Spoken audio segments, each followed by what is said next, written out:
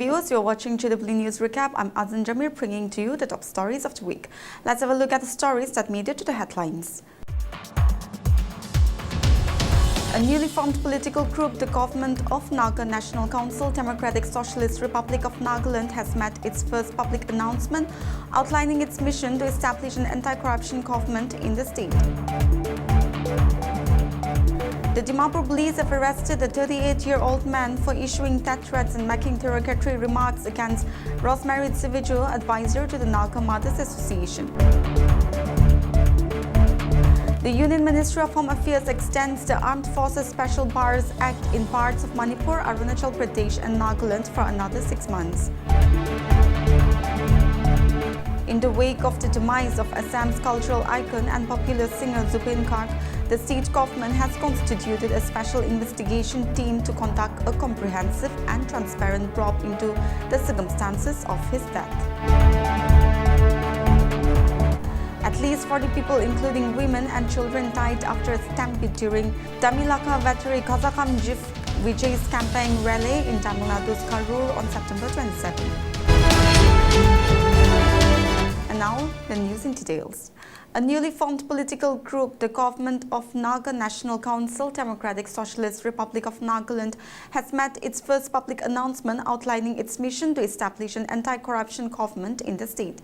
Led by John Chakasang as President, Kekato Sumi as Vice President, Kelhokole Ankami as General Secretary and Y. Lota as Finance Kilonser, the GNNC DSRN said in a press statement that it was formed in the interest of the Nagas to create a government that truly stands for the people and works for the people. The group highlighted its commitment to fairness, stating the aim of this government is to provide equal opportunity to every Naga citizen without bias, favoritism or partiality. Over the years, different governments and organizations have come forward in the name of national cause, but most have been driven by selfish motives and corruption. None has truly stood for the welfare of the people. The GNNC DSRN envisions a system where public money is utilized transparently and responsibly.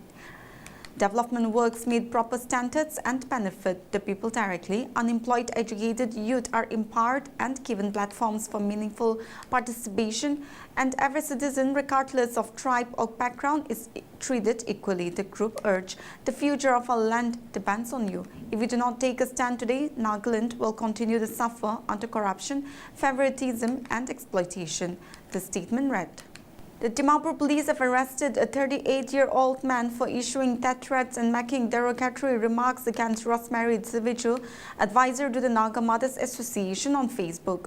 According to a press note from the Office of the Commissioner of Police Dimapur, the complaint was filed on September 24 at the Cybercrime Police Station, Kohima. The threats were posted in the Facebook group Unified Nagaland for Christ. Acting swiftly, police traced and apprehended the accused the same day. The accused has identified as Balunir Lunkumar, 38 years. A criminal case has been registered at Tipupar Police Station invoking sections 351, clause 379 of the Bharatiya Nyaya Sanhita along with section 67, 67A of the Information Technology Act. He is currently in police custody and further investigation is underway. The press note underlined that threats to the safety and security of individuals, whether made physically or through digital platforms, will be dealt with strictly under the law. It is also assured citizens that intimidation or actions intended to danger others will not be tolerated. The incident has shocked the entire Naga society and so many civil society organizations condemning the remarks and show solidarity to Tsiviju. The Union Ministry of Home Affairs extends the Armed Forces Special Powers Act in parts of Manipur, Arunachal Pradesh and Nagaland for another 6 months. MHA extends AFSPA in Manipur, barring 13 police station areas in 5 districts, Imphal West, Imphal East, Taubal, Bishnupur and Kakching for another 6 months with effect from October 1, 2025, following a review of the prevailing law and order situation. A decision has also been taken to extend the imposition of AFSPA in 9 districts and 21 police stations in 5 other districts of Nagaland by declaring them as disturbed areas for a period of 6 months, starting again from October 1st, 2025. In another notification, the MHS stated after reviewing the law and order situation in the state of Arunachal Pradesh, it has been decided to extend the imposition of AFSPA in the Dirab, Changlang and Longting districts as well as in areas falling under the jurisdiction of Namsai, Mahadevpur and Chowkam police stations in Namsai district bordering Assam with effect from 1st October 2025. AFSPA grants sweeping powers to the armed forces operating in disturbed areas, including the authority to search, arrest and open fire if deemed necessary, along with immunity from prosecution unless sanctioned by the central government. In the wake of the demise of Assam's cultural icon and popular singer Zubin Garg, the state government has constituted a special investigation team to conduct a comprehensive and transparent probe into the circumstances of his death. Assam Chief Minister Himanta Biswa Sarma, who chaired a high-level review meeting with the Director General of Police, senior CID officials and the Chief Secretary, announced that the SIT would comprise some of the best officers of Assam Police and would work independently with complete professional integrity. The SID will be headed by Special DGB CID MP Gupta with Rosie Kalita, SSP CM Vigilance, appointed as the Chief Investigating Officer. Several senior officials, including additional SPS, deputy SPS, inspectors and sub-inspectors drawn from CID and other districts, have been inducted as additional and assistant investigating officers. All officers attached to the SIT will remain on the team until the completion of the investigation. The probe will focus on CID police station registered under several sections of the Bharatiya Nyaya Sanhita 2023. According to officials, the SIT is mandated to work within strict timelines and ensure transparency at every stage of the inquiry. He further revealed that viscera samples of the late singer would be sent to the Central Forensic Laboratory, New Delhi, for advanced forensic analysis. The Chief Minister's announcement comes amid widespread public emotion and speculation surrounding Garg's unexpected passing. The death of Zubin Garg, revered not only as a singer but also as an actor, composer and cultural ambassador of Assam, has left a deep void in the state's cultural life. The SIT probe, closely watched by the public, is expected to play a crucial role in addressing unanswered questions and ensuring justice. At least 40 people, including women and children, died after a stampede during Tamilaka Veterinary Kazakam Chiefs Vijay's campaign in Tamil Nadu's Karur on September 27. People started fainting at the heavily packed rally as the crowd went out of control, forcing the actor-turned-politician to pause his speech midway. Chief Minister M.K. Stalin visited Karur to meet the families of the victims and the injured. Currently, 51 people are undergoing treatment in the intensive care unit.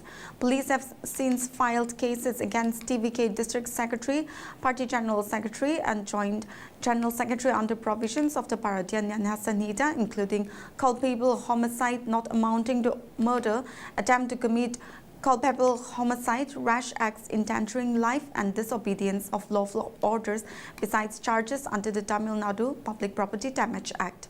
Vijay, in a message to his subordinates on Sunday, said he was deeply weighed down with sorrow over the Karur tragedy and announced a compensation of rupees 20 lakh each to the families of those who died and rupees 2 lakh each to those injured. Vijay also prayed for the speedy recovery of the injured. Vijay's Karur rally mentioned an expected turnout of 10,000, but officials estimate that close to 50,000 people could have assembled at the 1.20 lakh square feet venue. The Karur rally was part of Vijay's ongoing statewide campaign ahead of the 2026 assembly elections. During the address, Vijay also asserted that the political landscape in Tamil Nadu would undergo a change in power within the next 6 months. A Pakistan angle has emerged in the probe against Ladakh statehood activist Sonam Wangchuk, who was arrested for allegedly instigating a mob that led to the violent clashes and the death of 4 protesters in Ladakh last Wednesday. Ladakh Director General of Police S.T. Singh Jamal said the activist had attended a dawn event in Pakistan and accused him of trying to sabotage the statehood talks with the centre.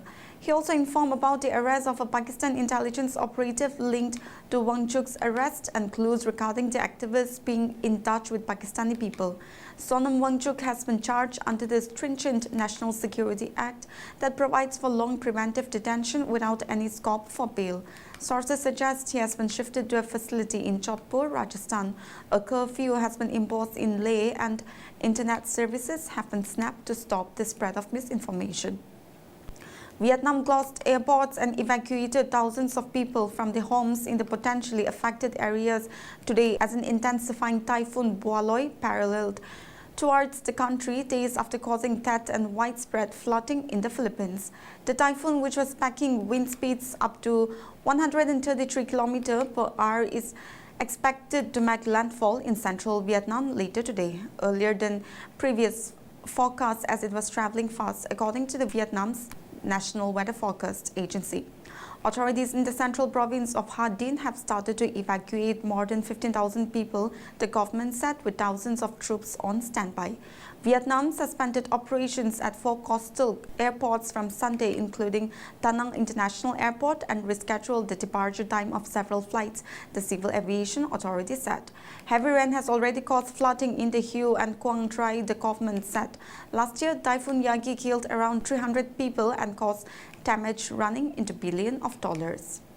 Well, viewers, that's it for this week's news recap. And for more news like this, you stay connected to Global Winter. Good night.